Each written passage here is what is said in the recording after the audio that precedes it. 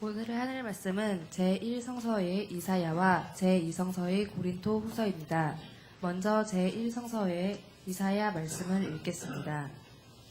하늘에서 쏟아지는 비, 내리는 눈이 하늘로 되돌아가지 아니하고 땅을 흠뻑 적시어 싹이 돋아 자라게 하며 씨 뿌린 사람에게 씨앗과 먹을 양식을 내주듯이 내 입에서 나가는 말도 그 받은 사명을 이루어 나의 뜻을 성취하지 아니하고는 그냥 나에게로 돌아오지는 않는다. 이제 너희는 기뻐 뛰며 길을 떠나 안내를 받으며 탈없이 돌아가리라. 너희를 맞아 산과 언덕들은 환성을 터뜨리고 들의 나무가 모두 손뼉을 치리라. 가시나무 섰던 자리에 전나무가 돋아나고 쐐기풀이 있던 자리에 소기나무가 올라오리라. 이런 일이 야훼의 이름을 들날리고 영원히 사라지지 않는 표가 되리라. 이어서 제2성서의 고린토후서 말씀을 읽겠습니다. 그렇다고 해서 이런 일을 할 수 있는 자격이 우리 자신에게서 났다고 내세우는 것은 아닙니다. 다만 하느님께서 우리에게 그런 자격을 주셔서 우리로 하여금 당신의 새로운 계약을 이행하게 하셨을 따름입니다. 이 계약은 문자로 된 것이 아니고 성령으로 된 것입니다. 문자는 사람을 죽이고 성령은 사람을 살립니다. 어둠에서 빛이 비춰오너라 하고 말씀하신 하나님께서는 우리의 마음속에 당신의 빛을 비추어 주셔서 그리스도의 얼굴에 빛나는 하나님의 영광을 깨달을 수 있게 해주셨습니다. 하나님께서는 질그릇 같은 우리 속에 이 보화를 담아주셨습니다. 이것은 그 엄청난 능력이 우리에게서 나오는 것이 아니라 하나님께로부터 나온다는 것을 보여주시려는 것입니다. 다 함께 고린토후서 4장 6절 말씀을 읽겠습니다. 어둠에서 빛이 비춰오너라 하고 말씀하신 하나님께서는 우리의 마음속에 당신의 빛을 비추어 주셔서 그리스도의 얼굴에 빛나는 하나님의 영광을 깨달을 수 있게 해주셨습니다. 이 말씀으로 귀한 깨달음과 결단이 있으시기를 바랍니다.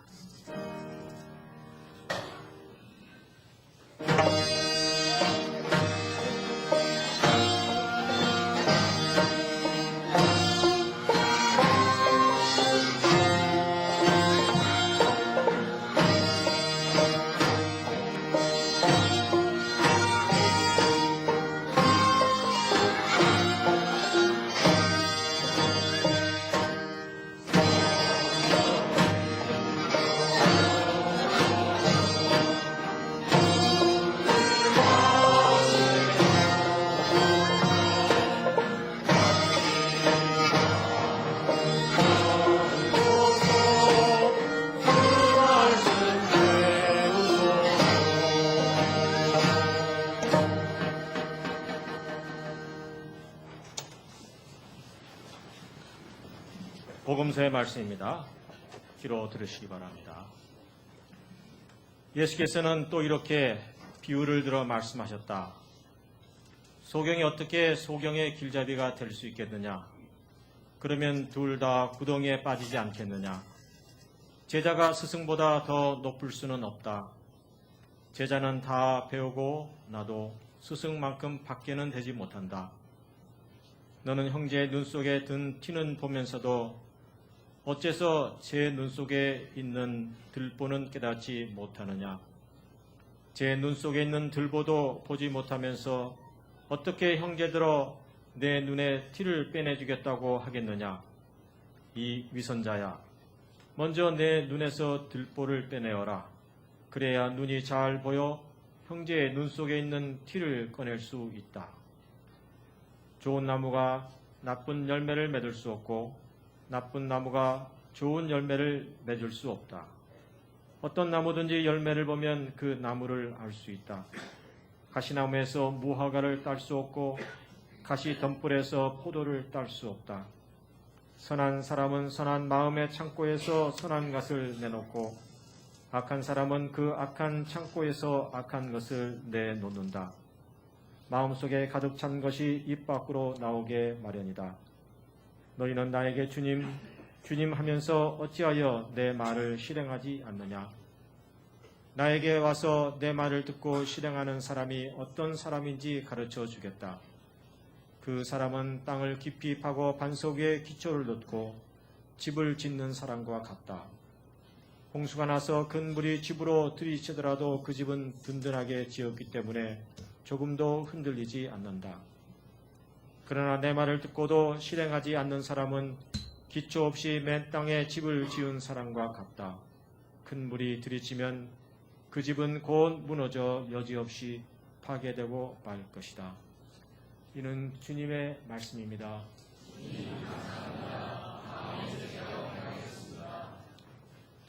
바랍니다.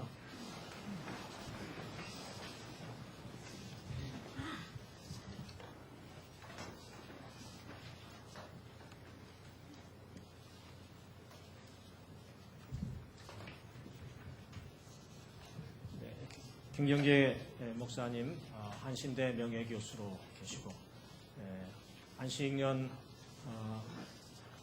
9개월 하늘급 표기 초청 강사 첫 번째로 제 스승님을 모시게 돼서 무척 영광스럽습니다. 여러 차례 저에게 오셨지만 오늘 신비체험과 성령의 사역이라는 제목으로 하늘 말씀 들려주실 때 하나님의 큰 은혜가 여러분에게 함께 하시기를 기원합니다.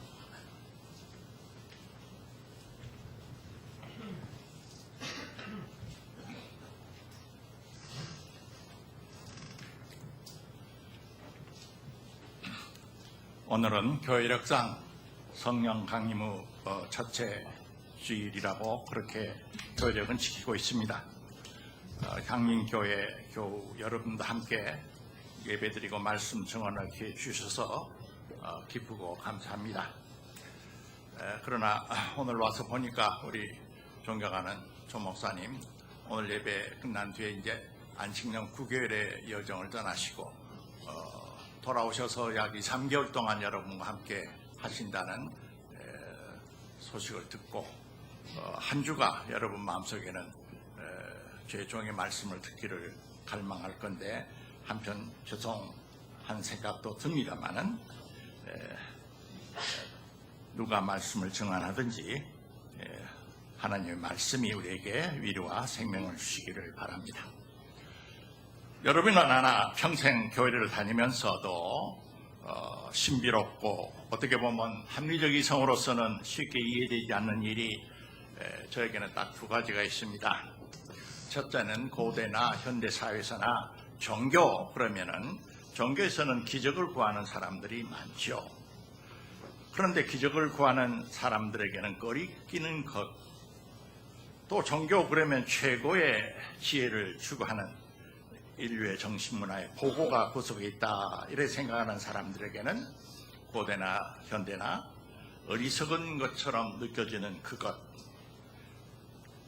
다시 말하면 왜 하필이면 바보처럼 십자가에 달린 그 사람을 나의 주님, 나의 사랑, 나의 구주라고 고백하는 사람들이 계속 생기는 것일까 하는 것입니다. 땅의 제도적 교회 권위가 땅에 떨어지고 성직자들의 도덕적 권위가 진흙탕에 뒹굴어진 것 같아도 예수를 구주라고 고백하는 사람들이 계속 역사 속에서 생긴다는 것은 신비로운 일 아닙니까? 둘째는 교회의 시작에 대한 신비입니다. 기독교는 유교나 불교와 달라서 그 제자들이 스승의 그 숭고한 교훈과 지혜를 존중해서 스승이 세상 떠난 뒤에도 잊어버리지 않고 그분의 정신을 계승해 나가자, 그런 지적 공동체의 결사단체가 아니었습니다. 기독교는 그런 것이 아닙니다. 사도행전에서 보는 대로 베드로와 전 갈릴리 여인들의 심정대로 그들은 무서워서 움츠리고 응거하면서 불안해했던 그들입니다. 마가의 다락방에서 성령이 강렬하게 그들 위에 임해 있어서 그들이 이제 옛날 베드로와 다른 용기를 가지게 됐지요. 교회가 발생했습니다. 줄여 말하면 기독교는 철저히 영의 종교, 성령의 종교인 것이지 형이상학적 종교도 아니고 도덕 교양 종교도 아니고 사회 정의 수립의 그런 단체도 아니라는 것입니다. 오늘 말씀에서 우리는 그 점을 다시 시한스럽게 성찰하고 우리 가운데 우리 각자의 심령 속에 우리가 알든 모르든 고백하든 아니하든 인정하든 아니하든 이 자리에 여러분이 오셔서 예배드린다는 그 사실 자체만 봐도 이미 오셔서 일하시고 역사하신 그 성령님, 예정과 찬송과 가사와 고백문을 통해서 형식적으로 고백하는 그 말고 정말 성령께서 오늘 이 시간만큼은 오심을 우리가 느끼고 감사하고 격려받는 그런 시간이 됐으면 합니다. 일상적 언어 속에서 쉽게 말해서 신비적이다라는 단어를 듣거나 말을 할 때는 여러 가지 뜻이 있죠. 우선 합리적으로 설명하기 어려운 일을 당할 때 교회 안에서는 무슨 방언, 신유, 독심술을 지닌 어떤 그런 기능적 사람을 우리가 만날 때 심지어 마술이나 이상 심리의 어떤 초능력을 목도할 때 우리는 흔히 신비하다 하는 말을 합니다. 그러나 신비주의의 본질은 겉으로 나타난 그런 초자연적인 기적에 있는 것이 아닙니다. 도리어 우리 사람들의 깊은 차 그 속에 신비신 하나님의 능력을 경험하고 의미 충만한 진리에 붙잡히는 그런 경험 상태가 신비주의의 본질이옵시다. 영원한 신비신 하나님, 그분에게 참여하거나 일치하는 경험, 이것이 신비 체험의 특징이라고 말입니다. 하나님과 우리 사이에 어떤 중간 형태의 중간 매개자, 복덕방 같은 권위나 체계나 성직 질서가 자리를 잡고 앉아서 중간 소개를 해주고 중매를 해줘야 하나님을 경험하거나 배울 수 있다라고 하는 주장에 신비주의는 강렬하게 거부하는 것입니다. 물론 그분들의 혹은 그런 제도 직제에 도움은 유효하지만은 필수 불가결한 것은 아니고 누구나 직접 만날 수 있다는 주장이 신비주의의 특징입니다. 그러나 인도 불교계 신비주의 전통은 그 중에서 특별히 일치와 동일성을 강조하죠. 우리가 잘 아는 대로 브라마니고다 트마이다, 버마 이련이라 이런 고상한 말들 많이 듣습니다.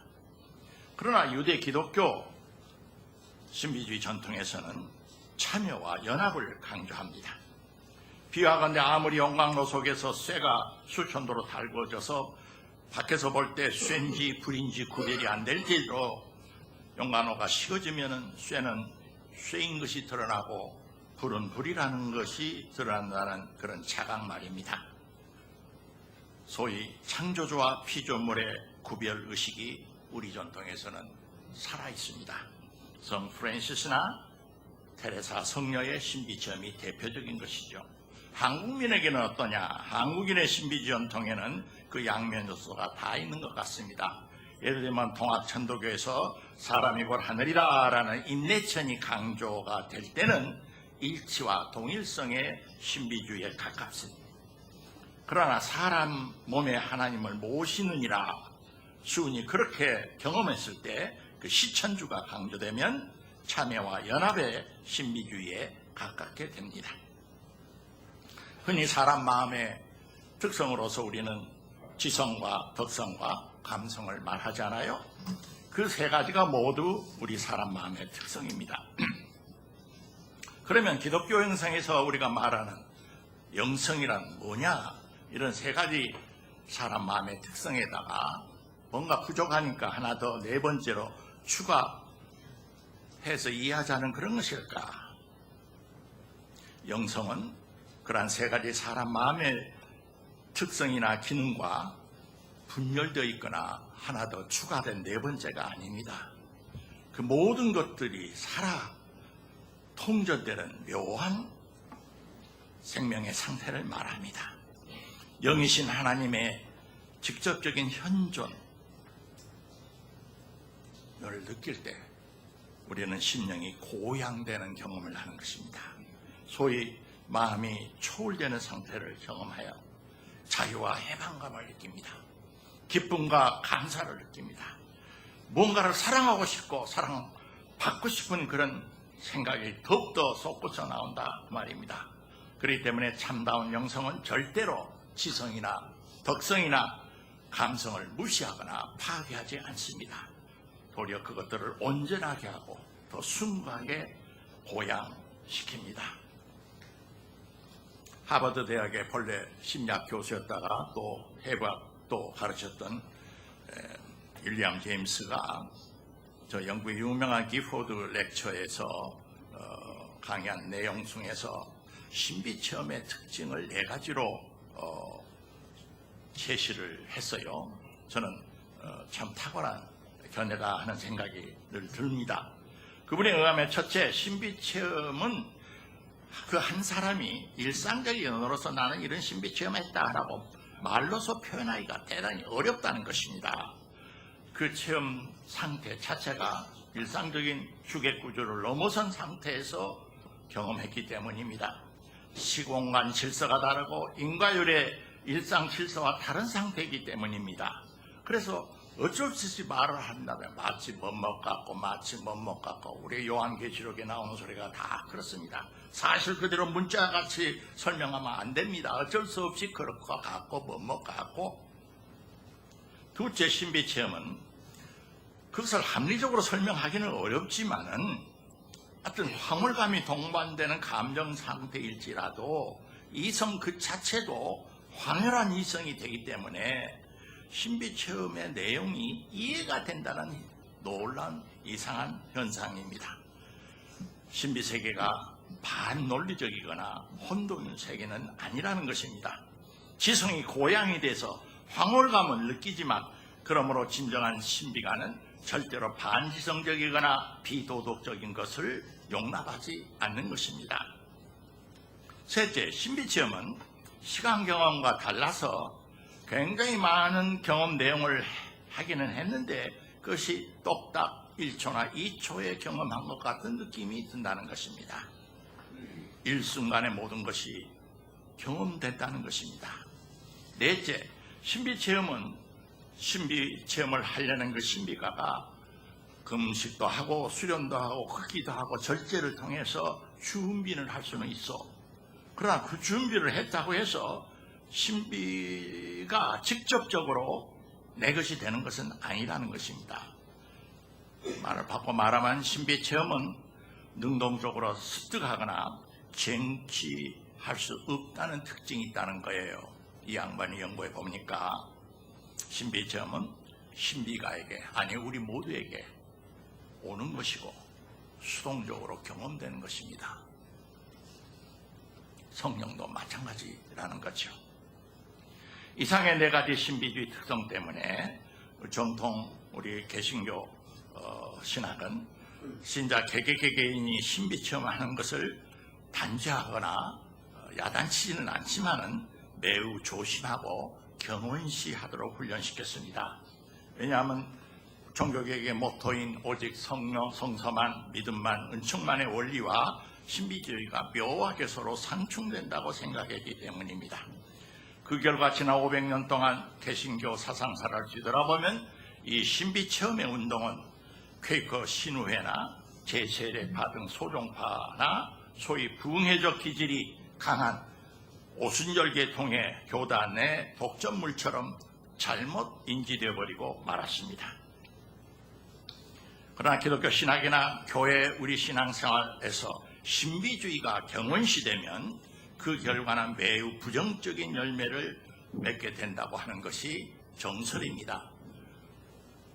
우리 담임 목사께서 모교에서 공부했었던 유년신학교의 저 유명한 20세기의 선생 틸릭 선생을 여러분 기억하시죠? 그분이 특별히 그렇게 그 점을 강조했습니다.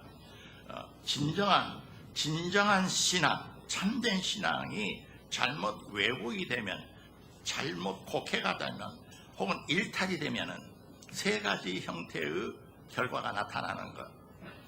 특히 신비주의적 요소가 결핍된 신앙에서는 어떤 현상이 나타나기 쉽냐면은 신앙을 교리적인 어떤 내용으로 동일시하는 잘못이 나타나게 된다는 것입니다. 신앙의 교리 신조를 잘 외우거나 암송하거나 지적으로 수락하는 것이 곧 신앙이려니 이렇게 착각을 한다는 것입니다. 근본주의 신학에서 우리가 보는 바 같죠. 무슨 예를 들면 삼위일체 교리, 예수의 양성 교리, 십자가의 대속적 죽음, 부활, 승천, 재림 교리를 내가 받아들이면은 너가 구원을 받고 그것을 뜨겁게 가지면 가질수록 신앙이 뜨거운 사람이라 이렇게 착각을 한다는 것입니다. 그것은 참 신앙의 지적인 왜곡 이외에 다름이 아니라는 거예요. 둘째 왜곡이 일어날 위험이 있는데 도덕적인 왜곡이 옵시다. 성경이 말하는 여러 가지 훌륭한 도덕적인 실천 강령들, 안식일을 준사라, 11조 생활을 철저하라, 선교에 열정을 쏟으라, 이웃 돕기에 열심을 해라. 그러나 이런 모든 것들은 참 신앙인의 나무에서 오늘 목사님께서 복음서 예수의 입을 통해서 말씀해 준 대로 좋은 나무에서 저절로 열리는 열매인 것이지 그것 자체가 신앙은 아니라는 거예요. 그렇기 때문에 신비주의 요소가 결여된 소위 디아코니아를 강조하는 공동체적에서 조심해야 할 것은 우리도 모르는 사이에 깜빡 그 옛날 예수 시대 바리새 사람이 성전에 들어가서 기도하기를 하나님 나는 저들 죄인들과 같지 않음을 감사하나이다 라고 우리 마음속에 은근히 그렇게 기도하는 바리새적인 위선이 자만감이 우리 속에 빠져들 수 있다 하는 거예요. 신비주의 요소가 결여되면은 참 신앙은 감성적으로 감정적으로 왜곡이 또 일어날 수가 있어요. 체험이란 신앙이란 어떤 때는 인간의 격렬한 감정을 동반하기 때문에 더욱더 그런 착각이 일어나기 쉽습니다. 심지어로 아주 과잉 흥분 상태가 일어나면 감정의 카타르시스도 일시적으로 가능한 것입니다. 그러나 감성적으로 붕해해서 그냥 흥분된 상태하고 진정한 신비적 초월 체험은 질적으로 다른 것이죠. 후자에게서만 진정한 내 자신의 속사람이 변화하는 주님이 말씀하신 거듭나는 그의 중생이 일어나고 그렇지 않는 부흥에서는 아무리 뜨겁고 달아오르더라도 집단적 타락 상태가 있더라도 한 달 뒤에 1년 뒤에는 언제 그랬느냐 뜻이 다시 옛사람으로 돌아가 버리고 마는 것입니다. 바울 편지 전체를 관통하는 것이 뭡니까? 그것은 그리스도요 성령의 임재와 능력 안에서 모든 피조물은 새 사람이 된다라는 체험이었고 그 주장이었고 증언이었습니다. 성령은 바람, 비처럼 국경도 인종도 종교의 구별을 두지 않습니다. 모든 것을 뛰어넘어서 사람들을 자유하게 한다고 했습니다. 주는 영이시니 주의 영이 계신 것에는 자유함이 있느니라. 누구든지 그리스도 안에 있으면 새로운 피조물이라. 이전 것은 지나갔으니 보라 새 것이 되었도다. 성령은 그러므로 무슨 데모 귀신이 아니죠. 우리에게 오시는 하나님을 우리는 성령이라고 부르는 것입니다. 생명을 주시고 새롭게 하시는 하나님의 임재를 뜻합니다. 성령은 기독교 부흥회가 개최되는 혹은 오늘 같은 예배가 드려지는 기독교라는 교회당 건물 안에서만 작동하시는 특별히 유명한 부흥사가 요청해서 오라면 오고 가라면 가는 무당 구판의 신내림처럼 내리기도가 안 내리는 그런 초능력이 아니라 말입니다. 성경은 그렇게 말하고 있지 않아요. 성령님이 주님이십니다. 주이십니다. 그분이 유명한 부흥사 길선주에게도 내렸고 유기그릇장사 남강 이승문에게도 내렸고 늦가기 고학생 김재준에게 내렸고 군사 분계선을 넘어서 김일성을 만나가지고 전쟁 미치광이 노름을 멈추게 해야겠다고 작정한 문일칸에게 내린 거예요. 그럼 1885년 기독교 선교사들 이전에는 성령은 이 땅에는 내리신 적도 없나? 그렇게 생각하면 절대 안 됩니다. 나는 순 최재우가 시천주 체험을 했을 때 1860년 성령이 탱통 크게 내렸다고 보는 거예요. 그리 않으면 그건 성령이 아닙니다. 그 이전에 원효와 태교와 율곡 속에서도 다 역사하셨어요. 그것을 우리는 성경을 통해서 주님을 통해서 더욱더 분명히 뒤늦게 깨닫게 된다 그 말입니다. 우리는 보통 교회 예배에서 흔히 한국 교회가 말씀 강조, 성령 강조 두 파가 있는데 어느 한쪽으로 기울어지면 문제가 생기는 것입니다. 전선을 따라서 비유를 한다면은 전기 전선을 따라서 전류가 흐르면 필라멘트 마지막에 필라멘트를 통해서 빛이 방사해서 빛을 이렇게 우리가 볼 수 있죠. 천둥 번개는 전선 없이 전기 형상이 방전될 수도 있지만은 천둥 번개는 대단히 위험하죠. 사람도 죽이고 밭을 가는 소나 말도 죽여버려요. 반대로 전류가 흐르지 않는 전선은 무거운 구리철사에 불과하게 됩니다. 구리철사 자체만으로는 전등의 빛은 방사되지 않지요.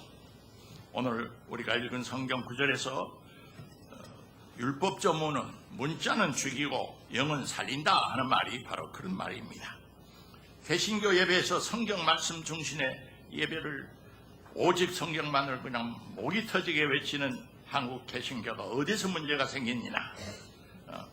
설교자와 설교를 듣는 자가 성경 말씀이 전선에 전류가 흐르듯이 영적 성령의 그 전류가 흘러가지고 빛과 열을 발하는 그런 어떤 그 시공간의 특수한 속에 들어가야 하는데 그렇지 않으면은 성경 구절을 인용을 하면서 형제를 심판하고 죽이고 살인 도구가 될 수도 있고 더 나아가서 우상을 섬기는 용지어천가 가사로도 남용될 수가 있는 겁니다.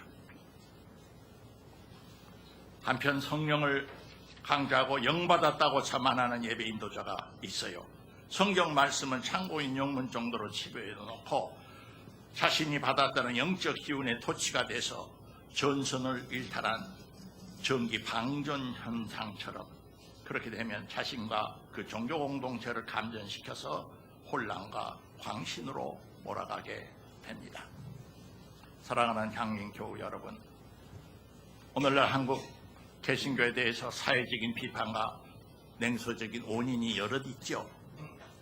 그러나 1970년대 이후에 소위 성령 강조의 중심 교회였던 모 교단의 모 목사들이 일탈과 그분의 타락이 슬프고도 부끄러운 일이지만 부정 못할 현실이죠.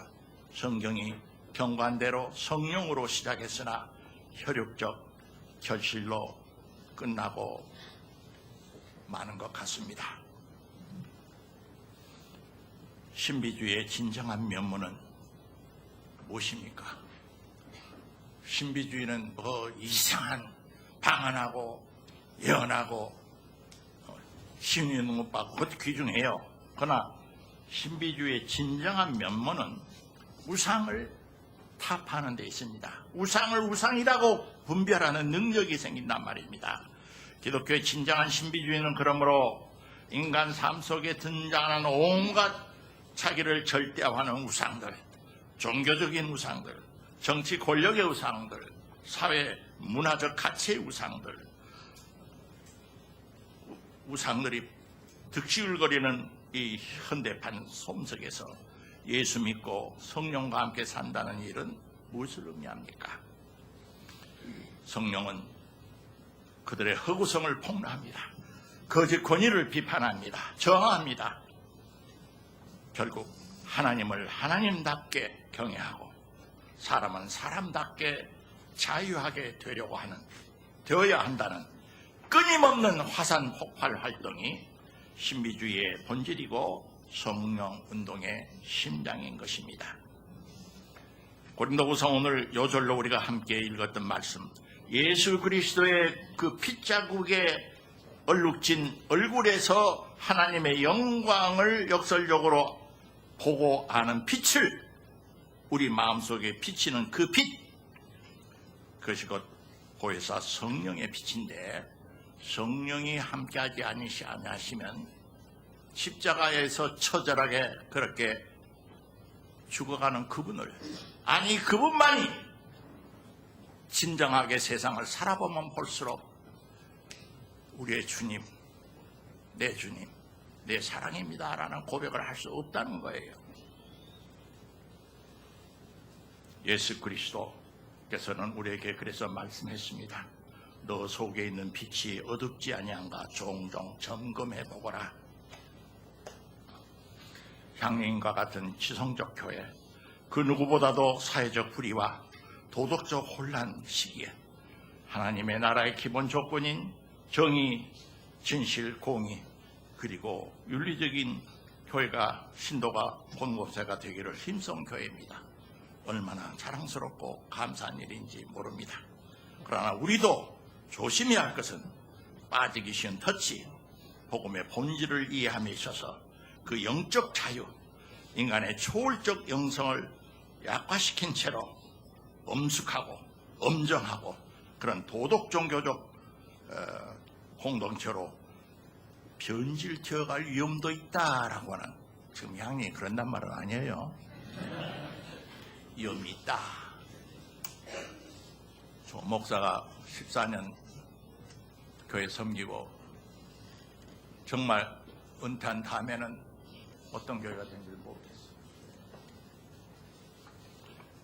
성령이 늘 함께 하셔서 고목에 늘 팔을 받으라는 새순이 도달하듯이 우리의 삶 속에서 계속해서 이 추함이 가득 찬 세상 속에서도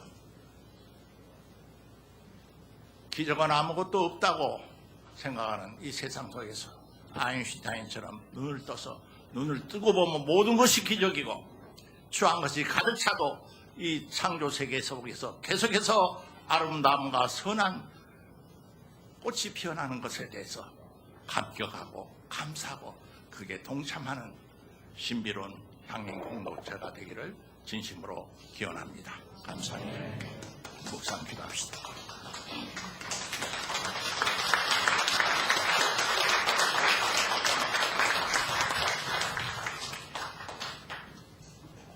주신 말씀 생각하면서 다 함께 침묵으로 기도하겠습니다.